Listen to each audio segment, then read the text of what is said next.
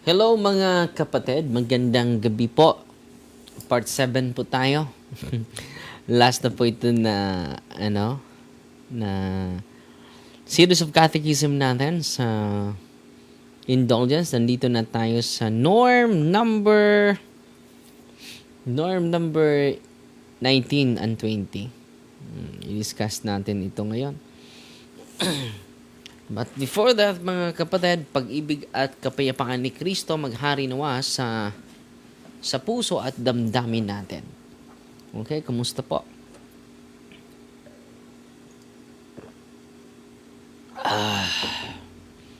So, ang sarap na magpahinga at sa mga malugod natin na taga-subaybay ngayon sa buong mundo.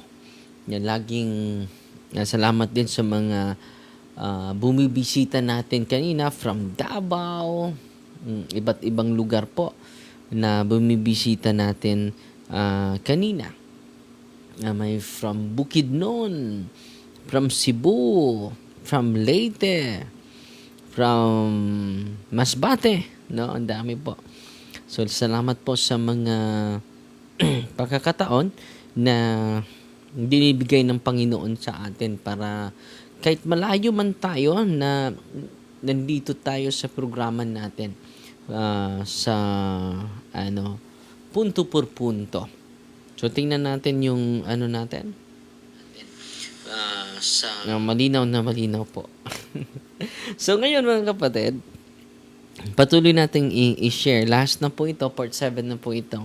At huwag yung malala dahil upload natin ito sa YouTube channel natin ng isang beses, no?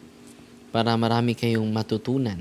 At ako din, maraming natutunan sa araw-araw na natin, pagsisiwalat sa mga katotohanan ng ating pananampalataya, mga kapatid. Okay?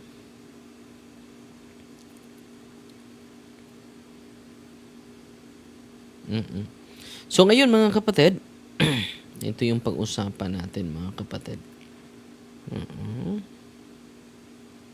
Ito yung pag-usapan natin. So norm number nandito na tayo sa norm number 19 at 20 po. Basahin natin. Panghuli na po ito. So it is all about the authority to grant indulgence. Wala na pong ibang authority po. No? Bakit ba tayo makikinig? Bakit ba tayo maniniwala sa doktrinang ito? Because of the authority. Besides the supreme authority of the church, those only can grant indulgences to whom this power has been given by law or granted by the Roman Pontiff. Nandito po yun sa Code of Canon Law 995, paragraph 1. No authority below the Supreme Pontiff can entrust to others the power of granting indulgences unless this has been expressly conceded by the Apostolic See. So makikita natin mga kapatid, wala pong makapagbigay nito unless the Pope. No? Bakit tayo naniwala nito? Because of the authority of the Pope. Bakit ba natin tinatanggap ito? Because of the authority of the Pope. This norm teaches that authority to grant indulgences belongs principally to the successor of Peter, the Apostle, the Roman Pontiff, yung Santo Papa. Bakit? Because indulgences are connected to the power of the keys entrusted by Christ, the treasury of merits of Christ and the saints, the church authority to bind and loose. Nabasa natin yan. Sa Matthew chapter 16 verse 19, I will give you the keys of the kingdom of heaven. Whatever you bind on earth shall be bound in heaven, and whatever you loose on earth shall be loose in heaven. The Pope, as a supreme pastor of the church, exercises this authority for spiritual good of the faithful. So, anong assurance natin na totoo ito? Na dapat natin itong tanggapin ng buong puso, itong doktrina ng indulgence at partial at plenary indulgence. Bakit meron tayong assurance nito? Because of the authority, because of the keys received by Peter from the Lord. I will give you the keys of the kingdom of heaven. Whatever you bind on earth shall be bound in heaven, and whatever you loose on earth shall be loosed in heaven. Only Peter received the keys among the 12 apostles. Siya lang yung nakatanggap ng susi. So yung Santo Papa, the successor of Peter, whatever he approved here on earth is being approved in heaven. Yan ang sabi ni Kristo. Kung grabe yung pananampalataya ni Kristo, ni Pedro, sino ba ako na mag-question ni Pedro? Sino ka ba na mag-question ni Pedro? Si Kristo nga, hindi niya kini-question niya eh. Ang ina-approve mo dito sa lupa, ina-approve sa langit. Nandyan yan sa banal na kasulatan. So, ang norm number 19, nagpapatibay mga kapatid. Nagbigay sa atin ng inspirasyon. Nagbigay natin ng assurance, not false hope, but full of hope. No? Ang ganda, no? At sana po, very inspiring po itong diskusyon natin ngayon, mga kapatid, sa series of catechism natin sa indulgences. General norms on indulgences. Okay? So, dito tayo, mga kapatid. So, norm number 20, last na po ito. Interpretation and publication. Sino yung merong right to interpret and to publicize nito? Ito po, the Apostolic Penitentiary alone is competent to issue authentic interpretation concerning indulgences and to decide questions regarding their application. Pastor Bonus, Article 120. It is the Apostolic Penitentiary to arrange whatever pertains to the granting and use of indulgences. Predicate Evangelium, Article 76. Sino po yung mag-interpret nito? Ang Apostolic Penitentiary. Ano ba itong Apostolic Penitentiary? One of the Vatican Office or Committee. Ng Cardinals po ito. No? Responsible for the indulgences, matters of conscience, absolution reserved to the Holy See, and internal forum. Among its responsibilities are, ito po yung office. So kaya nga, itong general norms of indulgence, galing po ito sa kanila, approved by the Roman Pontiff, at pinapublish nila. Sila yung may tama na interpretation. Sila yung authorized, yung Apostolic Penitentiary.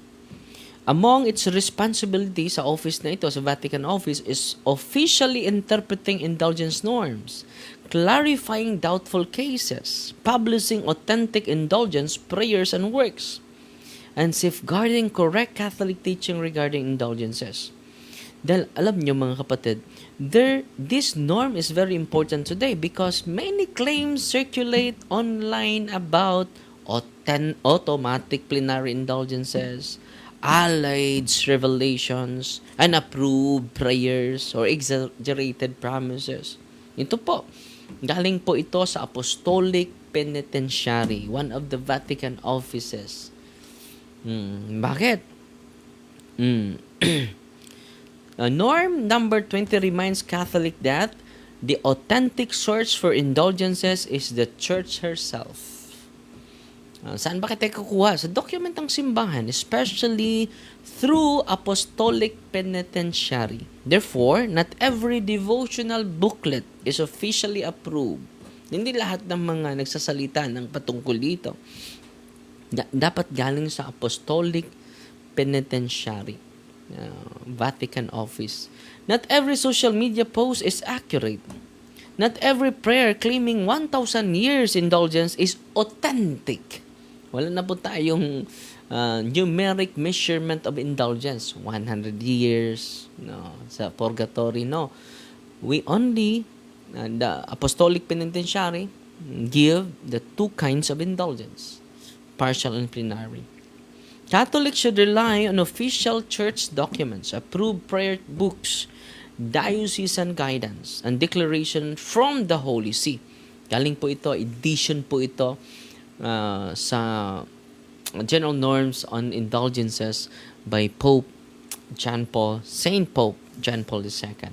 So mga kapatid, sana po ay may natutunan kayo sa mga araw na ito, mga kapatid. Very inspiring po ang mga araw na ito, no?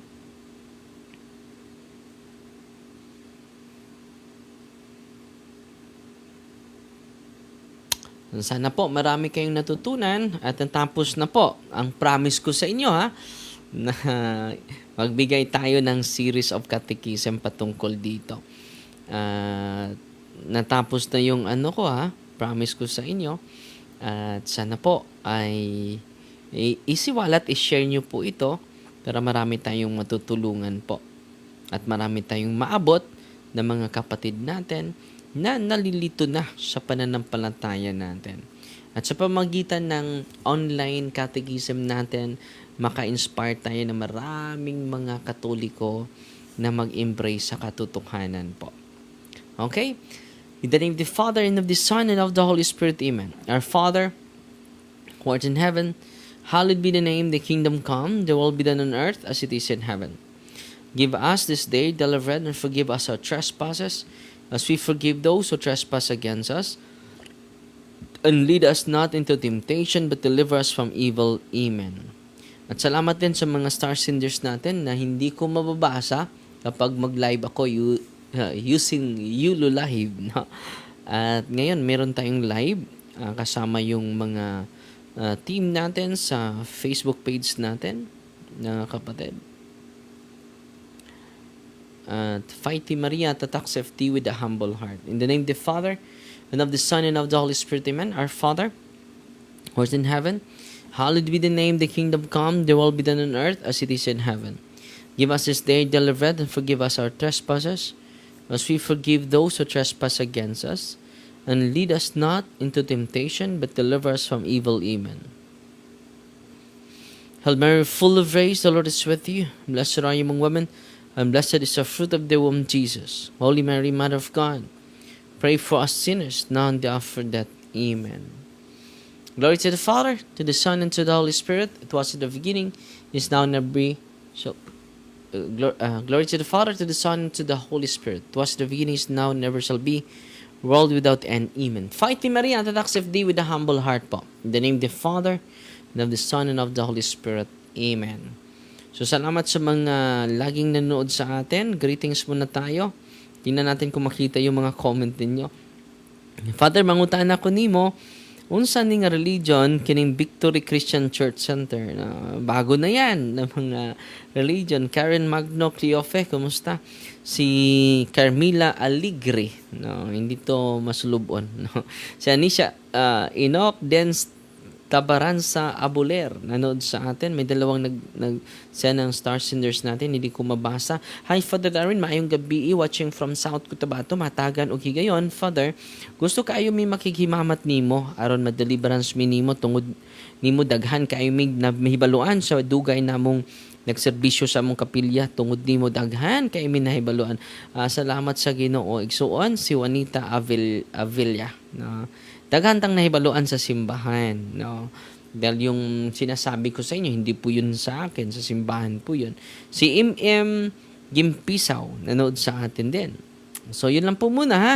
At sana may natutunan kayo sa mga oras na ito, sa live natin. Si Lorna Yaron, nanood sa atin ngayon. Si Mira Enriquez, nanood din sa atin ngayon. At pasensya na po kayo, hindi ko makita. Bakit hindi ko makita? Salamat tayo ni Jed N. Ika Galang. Nagpadala ng 2,000 stars. At si Antonia Rose. Nagpadala ng 1,100 stars. At si Mig Lobrido Silva. Yung top 3 lang yung makita natin. Yung mga star senders natin.